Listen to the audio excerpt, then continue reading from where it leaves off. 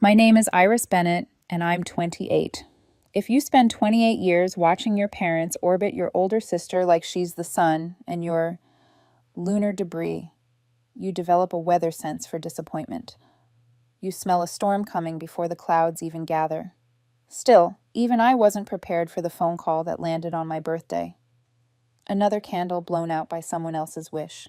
Sweetheart, we need to talk, Mom said in her conflict management voice, half kindergarten teacher, half hostage negotiator. I was in my studio apartment in Portland, eating day-old pad thai straight from the carton, because that's what hustle looks like when you freelance. Aluminum forks and hopeful invoices.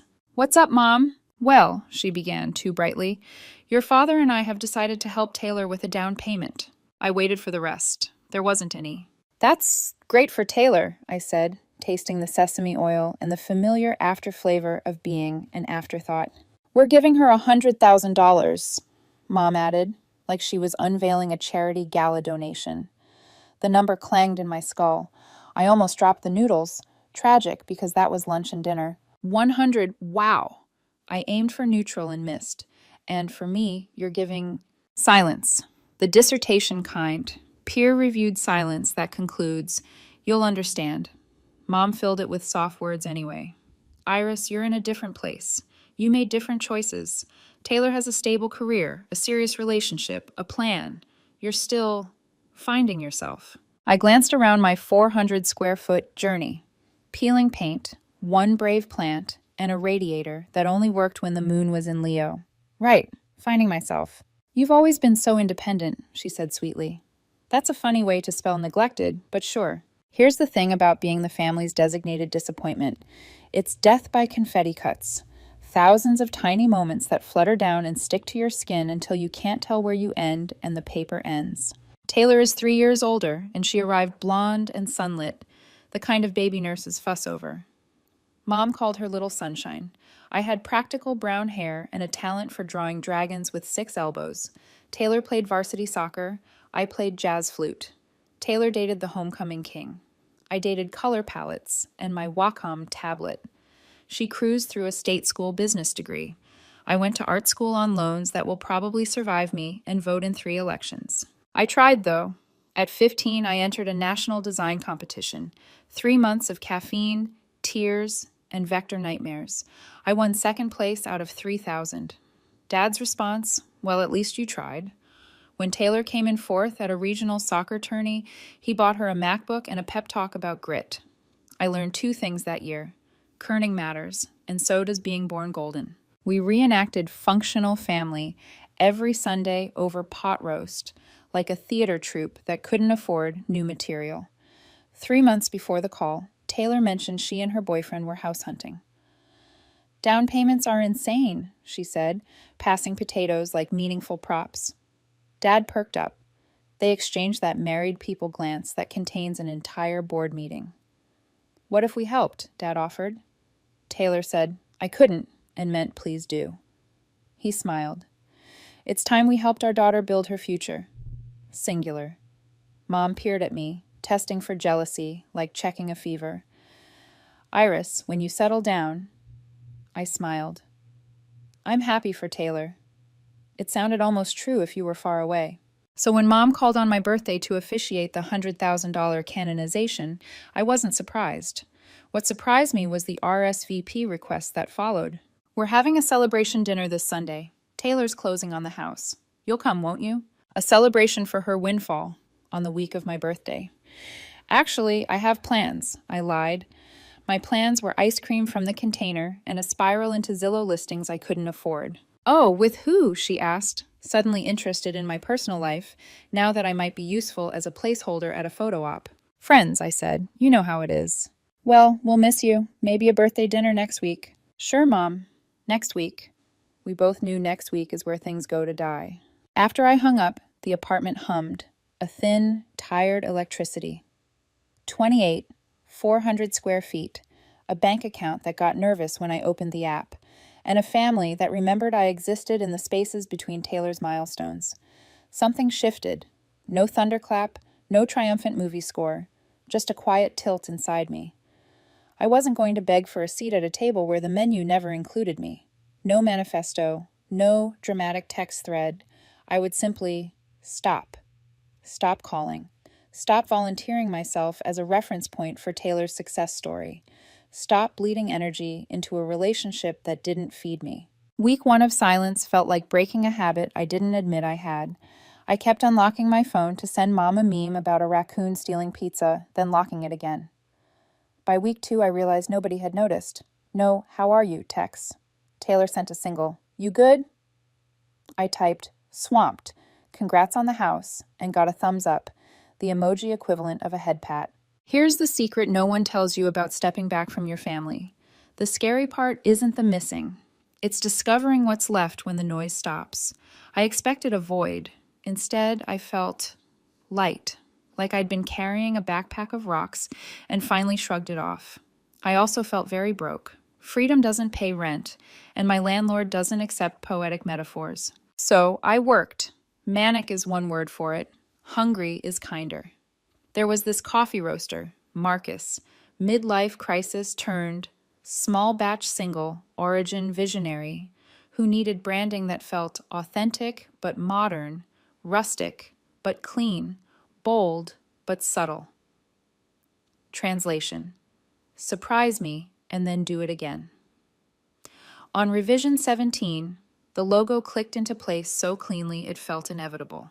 When I sent it at 11 p.m., Marcus called me immediately. This is it, invoice me. I had quoted $800, already a discount on my time and sanity. I looked at the lightning bolt in my rib cage and said, $12,200. A pause. Done. Also, I'm opening a second location. Full branding package, signage, menus, bags, the works. $15,000. Interested? I muted my side of the call to cough out a stunned laugh. Yes, I said, trying to sound like people who have decorative fruit bowls. That one project fishtailed into 3 more. Apparently, when you stop draining yourself for scraps of parental approval, you have a terrifying amount of creative fuel. Within 6 months, my rates doubled. I moved from the shoebox to a 1-bedroom where the kitchen wasn't also the closet. I bought a couch not pre-haunted by Craigslist. At month 9, I woke up one morning, and the first emotion wasn't dread. It was a low, steady hum of okayness. My life wasn't perfect, but it was mine. My clients, my schedule, my small victories. I started lifting weights at a gym that smelled like rubber and redemption. Spite, I learned, is an excellent pre-workout. At month 10, I met Ethan. He was hunched over a laptop at the next table in a coffee shop, swearing softly at a Google Doc like it had wronged his ancestors. We bonded over bad Wi-Fi and worse rates. He was a copywriter with the same hustle bruises, funny in a dry way, kind in a way you only notice over time. It wasn't fireworks at first, more like the pilot light clicking on. 2 weeks later, we were orbiting each other. He didn't try to fix the parts of my family story that hurt. When I told him about the birthday call and the $100,000, he didn't rationalize it. He just said, "That's messed up, I'm sorry." I didn't know apology could feel like validation instead of condescension. A year after I stopped answering, Mom called. The screen lit up like a smoke alarm. Ethan watched me watch it ring. "Do you want to pick up?" he asked. I let it go to voicemail. Later, I pressed play. "Iris, honey, it's Mom. We haven't heard from you in so long. Your father and I are worried. Taylor's worried too. Please call us back. We miss you." "We miss you." The words hovered like ghosts who didn't know they'd moved out. Did I believe them? Maybe the way you miss a lamp after redecorating. An absence noted in passing, not an ache. 2 weeks later, Taylor called. "Mom's freaking out," she said. "Just call her." "I'm still mad," I said. "Is this about the house thing? I told them they should have helped you too. You took the money. What was I supposed to do? Turn down $100,000 on principle?" My jaw flexed, then relaxed. A fair point. Fair points felt like splinters. After we hung up, Ethan found me staring at the muted phone. "You don't have to call," he said gently. "Boundaries aren't cruelty. They're instructions." I nodded. Somewhere, something in me had already turned in a new direction. I didn't know it yet, but I was about to build a life that no one could mistake for a hand-me-down. And the first time Taylor saw it, she would pull over, call our father, and say, "You need to see this right now." Silence is not empty. It's a room where your thoughts finally have chairs. After the birthday call, mine sat down and got organized. The first thing they did was make a list. Item 1, work. Item 2, sleep. Item 3, no proving anything to anyone who's not looking. So I worked. The morning after saying nothing to my mother, I opened Illustrator and picked a fight with a logo until it confessed what it wanted to be. I wrote invoices with a steady hand and sent them without apology. I answered emails before noon and did not narrate my self-worth to people who measured value in square footage and wedding registries. Marcus, the coffee roaster with a voice like a vinyl record and hands permanently dusted with beans, was my turning point. He wanted the impossible. Authentic but modern, rustic but clean, bold but subtle. On revision 17, the mark landed.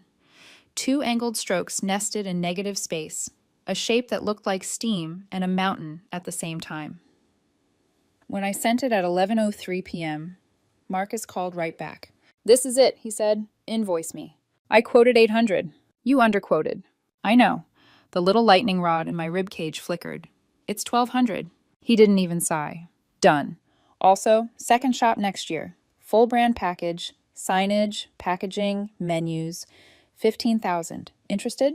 On my kitchen counter, an old candle flickered, like it was trying to start the applause. "Yes," I said, aiming for professional and overshooting into breathless. One project became 3.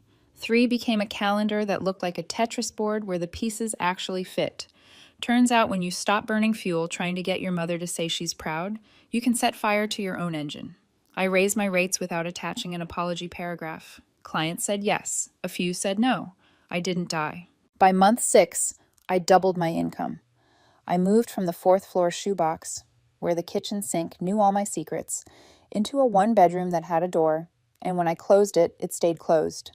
I bought a couch that didn't come with pre-installed ghost energy. I learned that groceries are less terrifying when you don't calculate price per calorie like a field medic. My mornings sharpened. Coffee, deep breath, do the most complex thing first. I stopped performing competence and simply worked. I learned that a to-do list is a kindness if you stop treating it like a shame spiral. I still checked my bank app with caution, the way you'd approach a sleeping bear, but the bear was getting smaller. I also started going to the gym. It felt like the most cliché post-family breakup move possible, but the iron didn't care about my narrative. It just wanted to be picked up. 3 sets of 10, said the trainer on YouTube, as if I hadn't spent a decade doing 3 sets of 1,000 tiny emotional lifts. Spite made a great pre-workout. So did hope, though I didn't recognize it yet. Ethan happened at month 10 on a Wednesday afternoon that smelled like espresso and rain. He was at the next table in a coffee shop, whisper cursing at a doc like it had personally betrayed him. The barista apologized for the Wi-Fi. We made the same joke at the same time and grinned like conspirators. "What do you do?" he asked, the polite dance. "Graphic design. You?" "Copywriter. I make other people's products sound like they have personalities." "Do mine," I said, too fast. He laughed. "I could, but you sound like you already do." We started co-working, the purgatory between stranger and something else, swapping links, snacks, and deadlines. He was funny in a dry, efficient way. He treated time like a resource, not a weapon. He asked questions and held the answers gently. We slid into dating not with firework explosions, but with the quiet click of a door that always should have been open. One night, the storm on my face broke, and I told him the $100,000 story. The birthday call, the Sunday dinners where I warmed the bench while Taylor warmed the spotlight. The way independent tasted like extra. "That's messed up," he said simply. "I'm sorry." He didn't defend them by default or try to explain their love to me like I didn't speak the language. He just validated the wound. It healed a millimeter. 2 weeks later, I noticed his phone light with a name I didn't know. A quick glance, a reflex. Jess. Ethan caught my eye and smiled. "Easy." "My ex," he said. "We're on civil internet terms. She still follows me. It's fine." I nodded. The word ex had a shape I'd seen before. Sharp in the dark, harmless in daylight. Still, a small part of me marked it down. In families like mine, triangles were common architecture. I promised myself we weren't building one. At month 12, my phone flashed a lighthouse I'd been avoiding. Mom. Ethan watched it ring like you watch a loaded truck reverse toward your porch. Do you want to answer? He asked. I let it go to voicemail and pressed play later when the room felt steady. Iris, honey, it's Mom.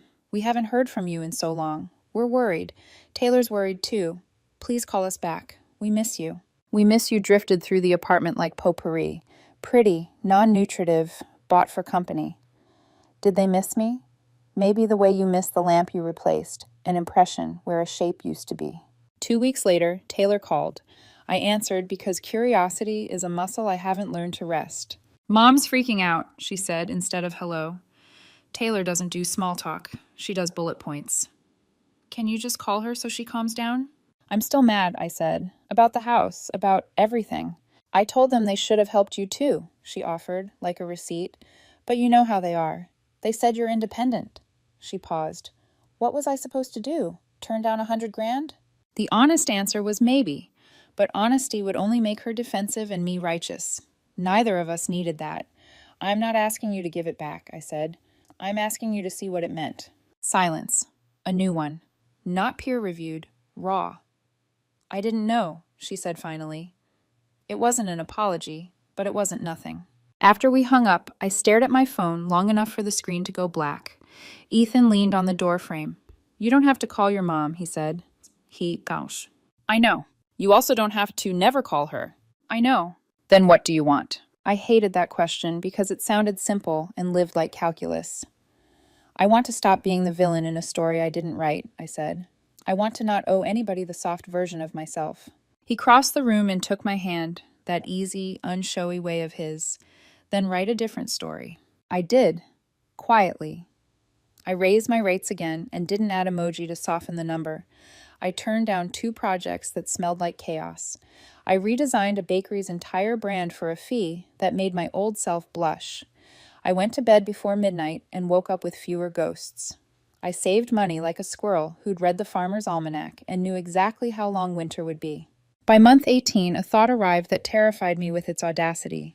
Property. Not a house hunting spreadsheet and panicked Saturday open houses. Not Taylor's model home starter kit purchased by committee. Just land. A place to plant a flag and not ask permission. I scrolled listings at midnight, getting good at translating realtor dialect. Cozy meant cramped. Needs TLC meant bring a priest. As is meant run. The idea kept tapping my shoulder. It wasn't loud. It was stubborn.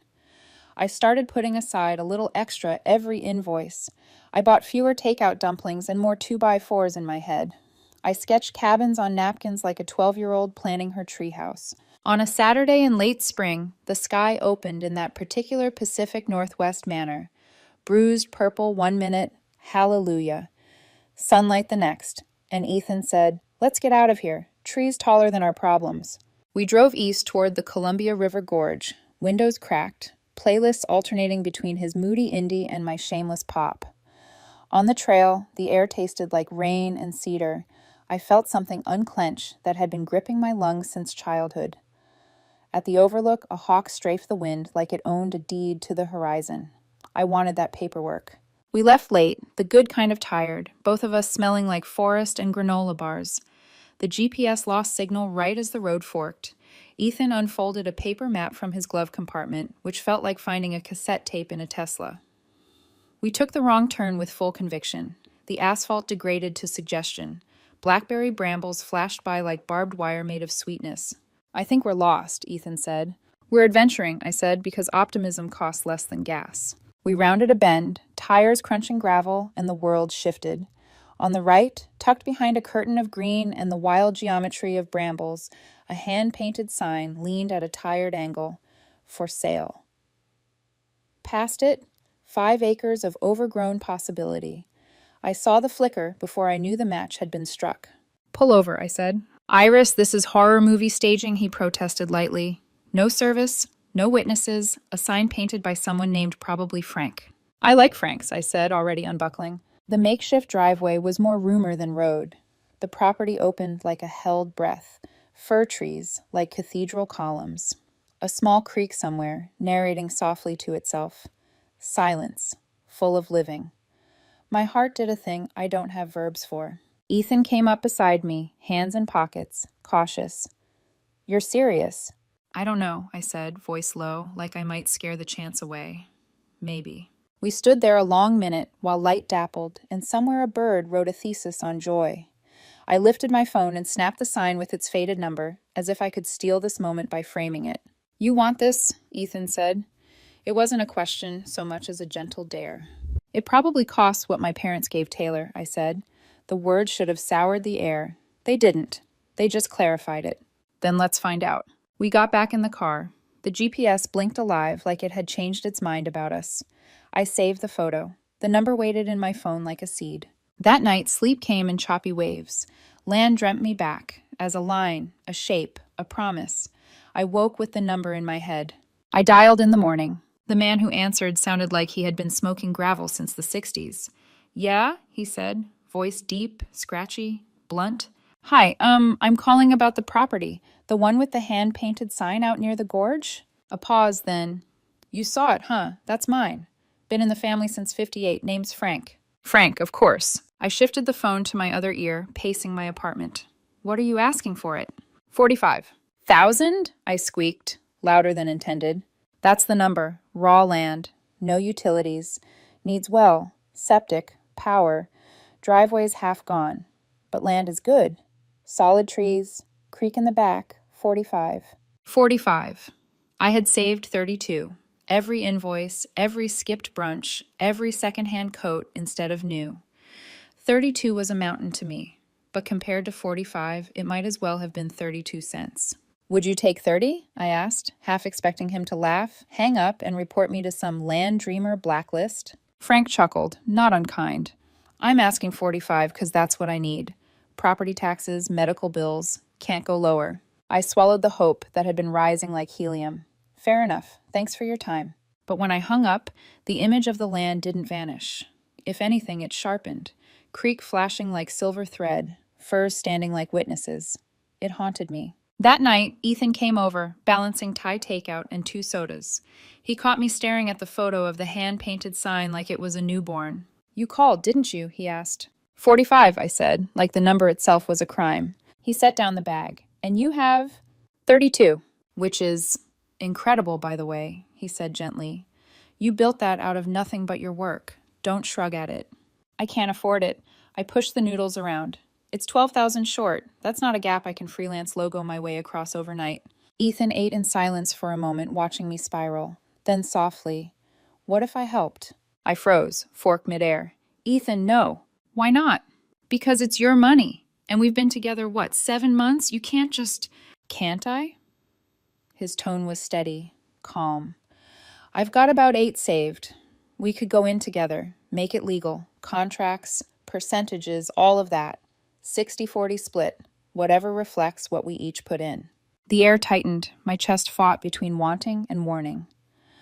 What if we don't last? I whispered. He didn't flinch. Then we figure it out like adults. Buy each other out, or sell, and split. But Iris... He leaned in, eyes sure. You've spent your whole life holding back because you were afraid of what your family would say, or wouldn't say. Are you really going to let fear stop you from something you actually want? I stared at him. He wasn't wrong. But wasn't this too big? Too risky? And yet, the image of that land wouldn't leave me. We called Frank the next morning. I offered 40. He said he'd think about it. 3 days stretched like 3 years. I barely slept, checking my email like Frank would suddenly decide at 3 a.m., and message me, sure, kid, it's yours. On the 3rd evening, my phone finally buzzed. All right, Frank said, 40, but you cover closing costs. My knees buckled. Deal. The paperwork was both anticlimactic and monumental. Pages stacked like towers, signatures turning my hand into a claw. Ethan and I hired a lawyer to draft our agreement. 60% mine, 40% his. If we split, one buys out the other, or we sell. Romantic? Not exactly. Necessary? Absolutely. 2 months later, I was standing in a small office while Frank slid the deed across the table. It's yours now, he said. Don't waste it. I held the paper with trembling fingers. Mine. He grinned and handed me the crooked old for sale sign as a souvenir. You earned it. Ethan squeezed my hand so hard it hurt, and I didn't care. We drove out the following weekend. The land looked exactly the same and completely different, because now it was mine, or mostly mine, but enough to claim. Blackberry thickets clawed at our jeans as we hauled trash bags of old tires and rusted cans. Every bruise, every scratch felt like currency I was paying toward ownership. We cleared brush until our backs screamed, then collapsed on the hood of Ethan's car. The sky above was stitched with stars. The creek whispered. "This is insane," I said, laughing through exhaustion. "Yeah," Ethan said, "but it's our insane." And for the first time, the word ours didn't scare me. I started sketching plans. At first, little doodles on napkins, boxy shapes with pitched roofs, nothing special. But they grew into blueprints of possibility, a small cabin, a loft bedroom, a place where silence wouldn't mean absence, but peace. When I told one of my design clients about it, James, a young architect, his eyes lit up. "What if we make it a showcase?" he said. "You do my branding and trade. I'll design you a sustainable, efficient home we can document for both portfolios." The idea was intoxicating. Not a McMansion, not a parental handout, just 600 square feet of rebellion, crafted by my own hands. That night, I lay awake with pencil smudges on my fingers and a vision in my chest, a cabin rising from soil that never cared about golden children or forgotten birthdays, a home born of stubbornness and spite, and, maybe, hope. I didn't know it yet, but building that cabin would change everything. And when my family finally saw it, their voices would crack in ways I had waited my whole life to hear. The land didn't welcome us. It dared us. Blackberry vines bit into our legs as we hauled out rusted cans and splintered wood, the creek muttering like it was unimpressed with our ambition. Every Saturday, Ethan and I drove out, armed with gloves, borrowed tools, and an optimism that smelled faintly of bug spray. The first month was just cleanup, trash bags, scratches, blisters, sweat. But each cleared patch was proof. The property was no longer a dream. It was bending, slowly, to our hands. I showed my doodled sketches to James, the architect client I designed a brand for. He flipped through them like a magician riffling cards, then stopped. "What if this wasn't just your project?" he said, eyes gleaming. I frowned. "What do you mean?" "Let me design it, a showcase project. You do my branding, I'll do your house. Sustainable, efficient. We document the whole build. My firm gets publicity, you get design you couldn't afford otherwise." I hesitated. "James, I can't pay." "Not in cash," he interrupted. "In design. That's your currency." I looked down at the sketch in my lap. 4 walls and a roof, as crude as a child's drawing, and back up at him. He was serious. "Okay," I whispered. "Let's do it." We spent weeks bent over drafts and models, trading coffee for ideas. The plan? 600 square feet, loft bedroom, composting toilet, rainwater system, solar panels. It wasn't about eco-crusading, it was about survival. Running utilities out here would have bled us dry. The budget, $65,000, permits and materials included. I had 15 left after the land. Ethan put in 10. The rest came from a small construction loan at an interest rate that made me nauseous. I signed anyway. Construction started in spring. Foundation poured by professionals, framing by contractors. But everything else, everything, I insisted on learning. YouTube became my second university. 90% problem solving, 10% swearing, James told me, grinning when he found me cursing at a stubborn beam. He wasn't wrong. Ethan painted and sanded. I measured and remeasured until the tape blurred. My client Marcus showed up some Saturdays with a crew of his baristas, all too happy to trade a day's labor for pizza and beer. We worked until our muscles trembled. My hands developed calluses layered over calluses. I lost 15 pounds without trying. But slowly the cabin rose. Each weekend, new progress. Walls standing, roof sealed, windows reflecting the trees. The air smelled of sawdust and sweat and possibility. We finished by autumn. The day I screwed in the last cabinet handle, golden light poured through the windows like it had been waiting for this exact moment. I stood in the center of the room, chest tight, eyes burning. It wasn't big, it wasn't flashy, but it was mine. Well, ours. 60-40 to be exact. James came out with his camera and took photographs, sunlight slanting across the loft, the solar panels gleaming against the green.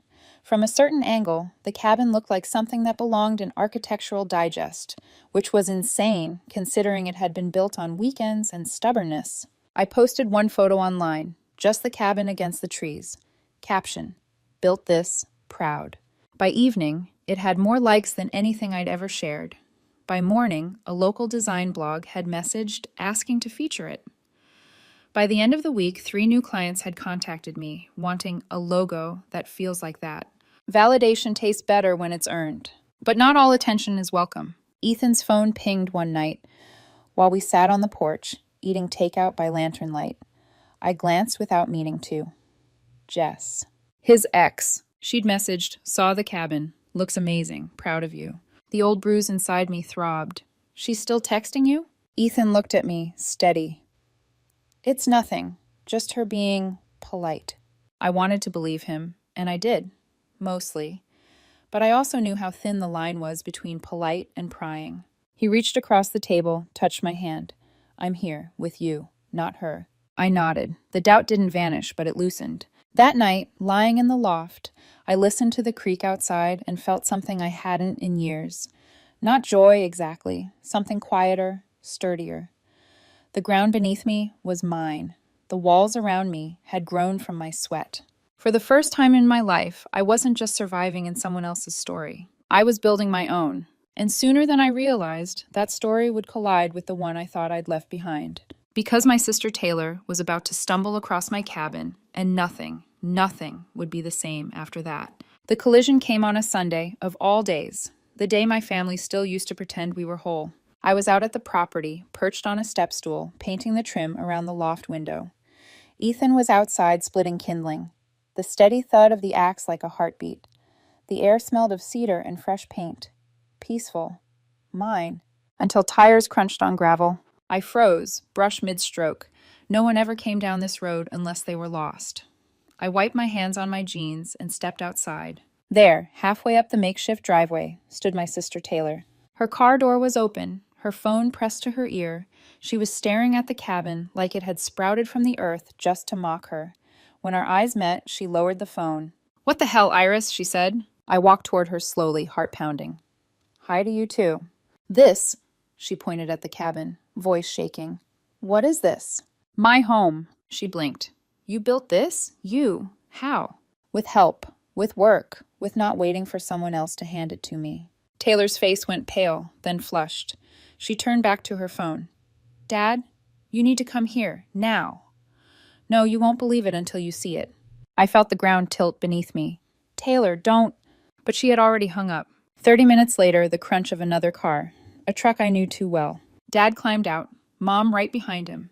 They both stopped at the sight of the cabin, mouths parted in disbelief. For a second, silence. Then Mom, "Iris, what is this?" "My property, my cabin, 5 acres, I built it." Dad stepped forward, eyes scanning the solar panels, the siding, the creek beyond. "With what money?" he asked, flat. The question sliced deeper than he knew. Not, "I'm proud of you." Not, "This is amazing." Just suspicion. "I earned it," I said. My voice shook, but I didn't break. "Every dollar, no handouts." "But we thought you were struggling," Mom whispered. "I wasn't struggling. I was working, building something without you." Taylor shifted uneasily, arms crossed. "I didn't know," she muttered. "I thought you were still in that shoebox apartment." "Of course you didn't know," I shot back. "Nobody asked." Dad's face softened in a way I'd never seen. "Susan," he said quietly to Mom, "look at this place. She did this, without us. Maybe we were wrong." Mom flinched like he'd struck her. "Don't say that. We've always supported her." I laughed, bitter. "Supported? You gave Taylor $100,000 on my birthday and told me I'd understand because I was independent. That's not support.